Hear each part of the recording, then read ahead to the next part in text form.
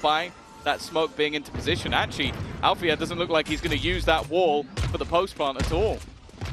Oh, he's going up into the window as the exec comes through. Kayak already dropped, and here's Alfia's opportunity. He's being spotted, still manages to find one. He's pulling them back into this. Opening pick for RRQ, but an immediate response from Fnatic. Puts them... Trying to use the smoke to cross over, but it's something that Fnatic are well aware of. And while blink and you miss it, Chronicle already up to his third kill of the round, just 3 away from finding his ultimate already. With a chance to keep this one nice and clean. And the only thing is, because it's their first round victory, I don't expect them to hunt too much for these remaining guns.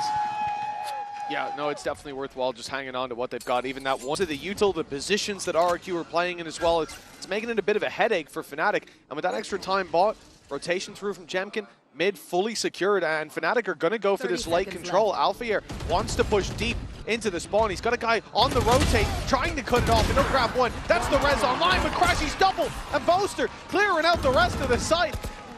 What was a very labored round in terms of the time being bled out of Fnatic's clock has ended up being a huge success for them. Yeah, no, just their entries into that beast, but there will be an immediate retrieval. Wonderful usage of the salvos, though. That would be the pickoff of Kayak for the second time this round. His KD taking a beating.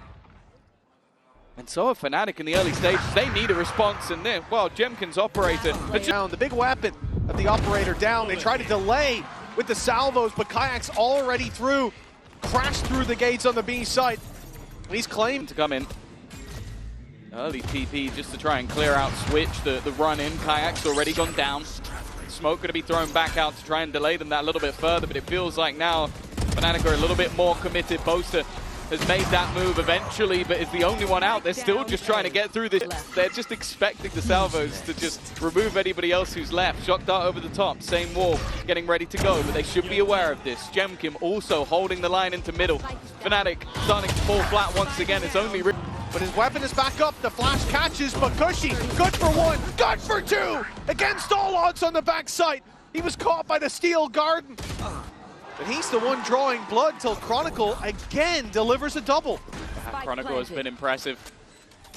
At the start, not expecting one yet around that corner, but Chronicle, reliable, takes the pick.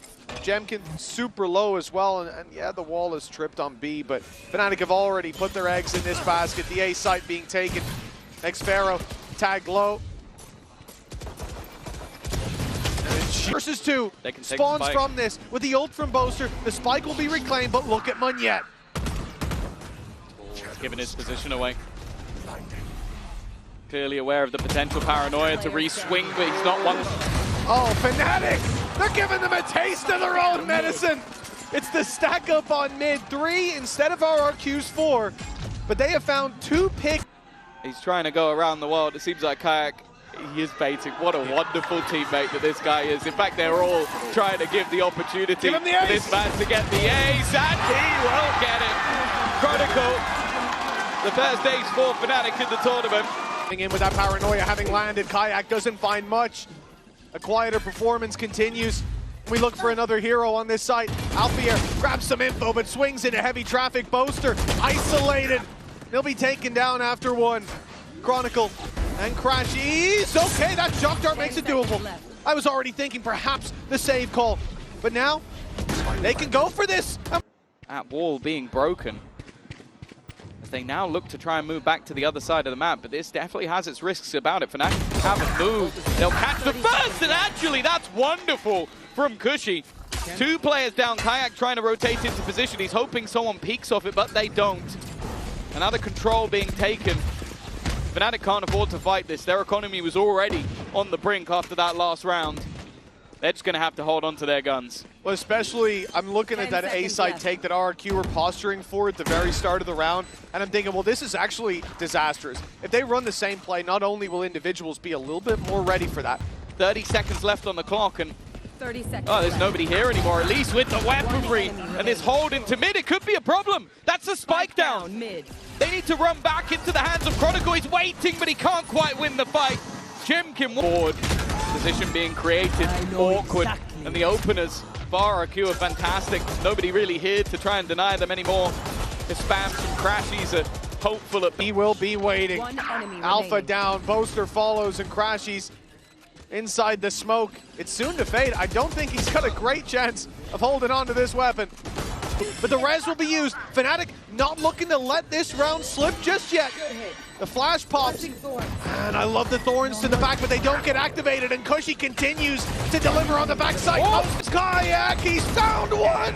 A wall bang onto Crazy Guy, but Jemkin, he's keeping this, well, at least under control for a moment, even with the pistol in play. Late around for next Pharaoh's going to be all that it comes down to, but he's got to swing into a plant position that he just cannot deny the defuse from. Opportunity. Back into the 2 versus 2. Maybe expectations that there'll be somebody within this smoke already. Alfia not really willing to risk it, but eventually jumps through, but doesn't realize maybe there's somebody on the other side. They will now, and even going to trade it out. The TP used as bait. Monya to try and keep them in the map, and he cannot do it. As well, so there's a lot available for them. There's Paranoia line to try and have their sweaty little lineups. There's a Paranoia just to kind of keep Jemkin safe in the corner. It does mean they know he's there. Crashy's able to clear already. Potential, but it's just going to be the firefights from Fnatic, and still a decent amount of utility. Recon already being sent out to try and clear some of that backline, but in fact it's a much deeper post plant. The spams is the aim of the game. A 1-for-1 trade, but bear in mind what they lost it on last time. It was the time, it was the clock that went against Fnatic in the opener. That's not a bad way to find themselves back into the round, but it's this late wraparound from Mumya that could cause the problems. The fight on the site actually going the way of Fnatic, and an old school cam on the spike is going to be a nasty surprise.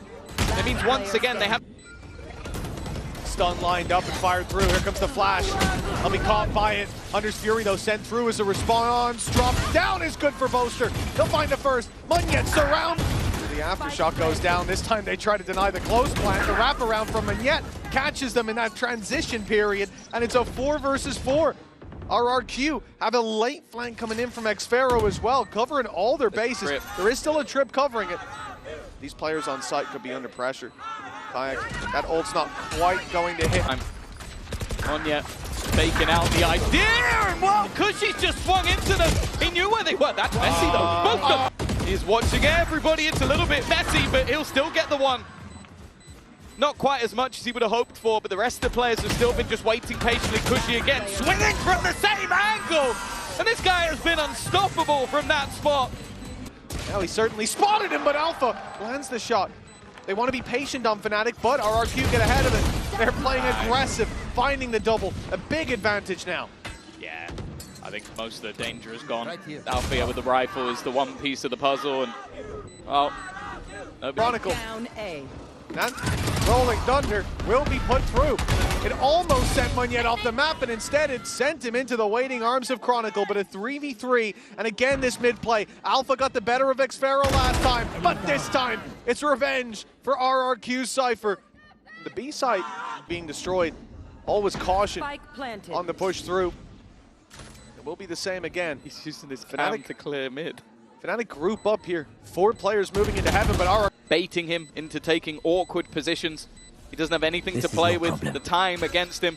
And look, even at the end, the cam will be what decides the round. Just making sure that there is no fight to be had. The half will. Of Munyet being able to just smoke them off.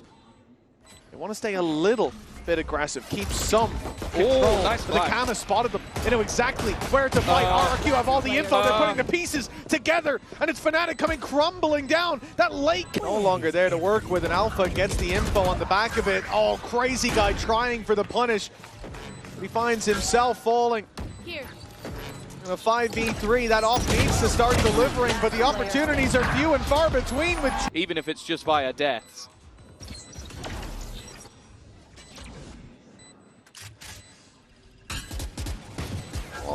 Kayak, he's in a lot of trouble. He looks to be in a lot of trouble, in fact. Broken. They now will be, or at least the first one. If anybody's jumping across, Boaster could go flying off the map, but it may not even matter in the end. Only we have just seen.